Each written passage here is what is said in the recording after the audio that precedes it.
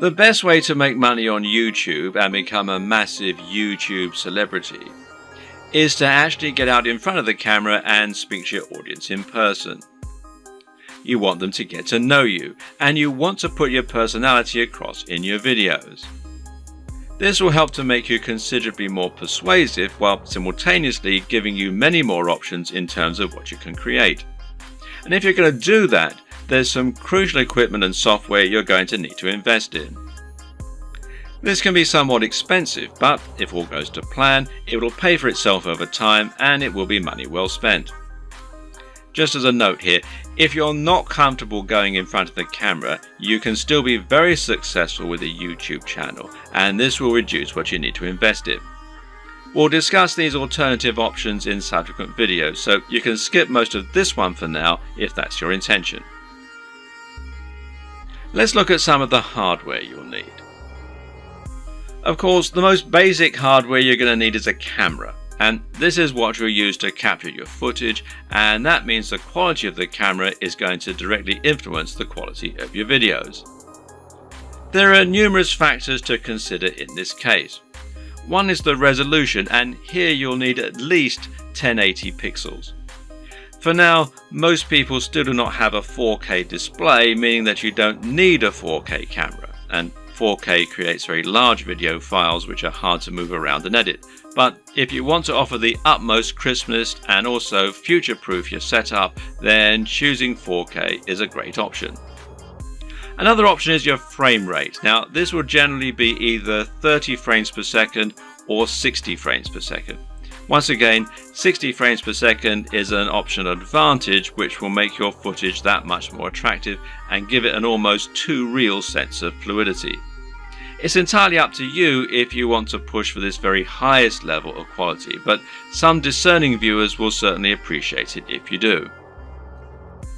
Some features to look out for include an optical zoom if you're planning on filming outdoors, and this lets you zoom in with no loss of quality, and options to alter the aperture, etc.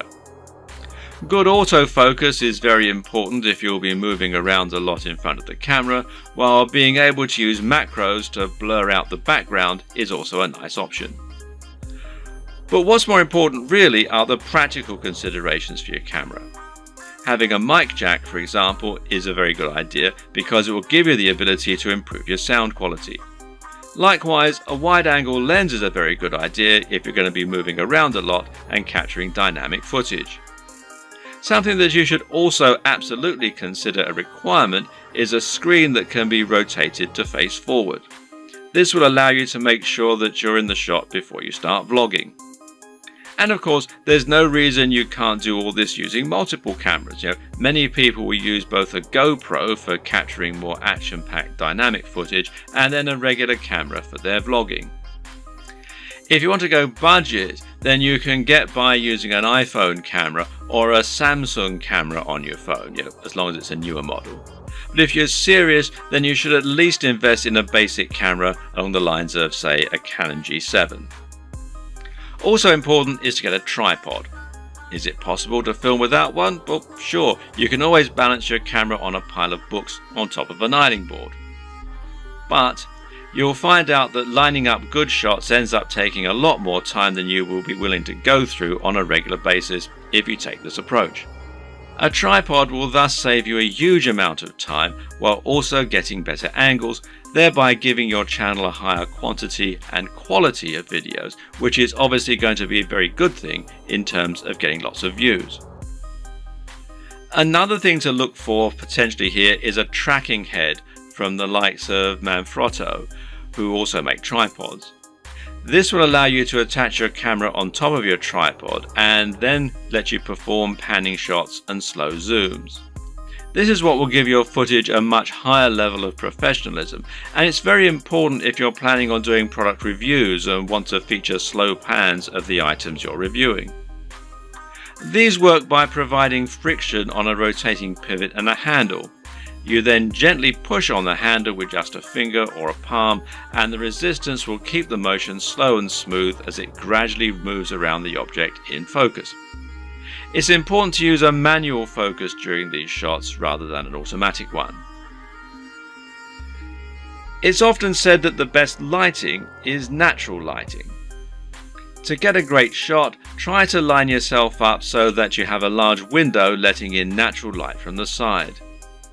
This will give you what's known as Rembrandt lighting, which is a professional and very flattering looking type of lighting. But while this type of lighting is highly desirable, it's not terribly reliable. You can't trust in natural light to always be available when you need it, and you can't limit yourself to only filming at certain times of the day. So you need to make sure you have a way to set up the perfect lighting when you need it. How are you going to do that? Well, with some kind of lighting setup. And a great choice is to get two soft boxes. Now, these take up a fair bit of space, but it's worth it as it will allow you to design your lighting however you wish and make sure that your subject matter is well lit and that your footage is clear and bright. Now, don't underestimate this. In fact, in many cases, it can be more important to ensure your footage is very light and very bright than it is to use a camera with a high definition. This will make your footage look more professional and more appealing to watch. Want to go one step further? Well, depending on the nature of your videos, you can get creative here if you want. Jonathan Morrison has a YouTube channel that's all about showcasing technology products in the very best possible way and making them highly desirable. This gets him a lot of views and helps him to sell a lot of affiliate products, which of course means that manufacturers are happy to work with him and to supply free products for review. One trick he uses to accomplish this is to use colored lighting. He'll often light phones and other gadgets in a bright pink, green or purple hue on a white background, which makes them look more modern and more crisp, especially with his high quality video equipment. The great thing is that colored bulbs are actually very affordable, so this is something you can mimic fairly easily yourself should you want to. Just like it's important not to underestimate the importance of your lighting, you also need to ensure that you never underestimate the importance of your sound quality. If you want to make your video look and sound professional, then it's absolutely crucial that you have good quality sound and don't just get a muffled sound into a regular camera microphone from a distance. Things like acoustics matter, and even if your viewers don't notice the difference, they'll be able to feel the difference. Things like this make a massive psychological impact and can be the difference between a channel that has high production values and that people love to watch, and one that looks unprofessional and that nobody takes seriously. Fortunately, sound is a relatively easy thing to get right, and the best way to do this is with a basic external microphone. You can get a lapel mic, also known as a lavalier mic, easily enough, and then attach it to your phone or camera to record your audio at the same time. Better yet, find a high quality microphone that you can plug directly into your camera's mic jack.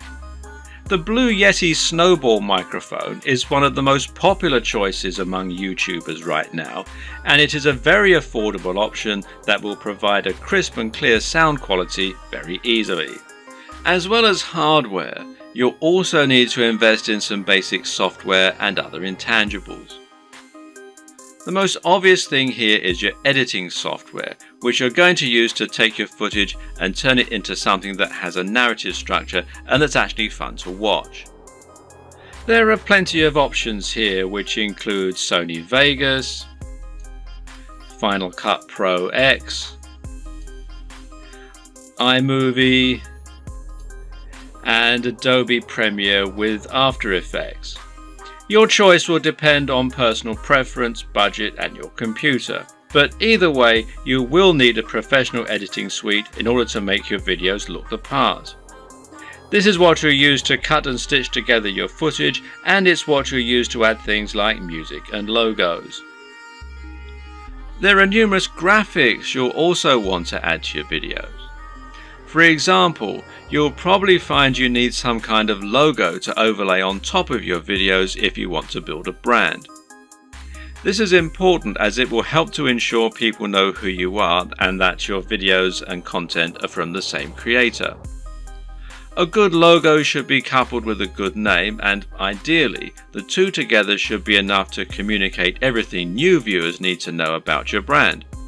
If you get this just right, then people should be able to tell from those things alone whether they'd be interested in your channel and potentially subscribe with no further information. Other graphics will also come in handy.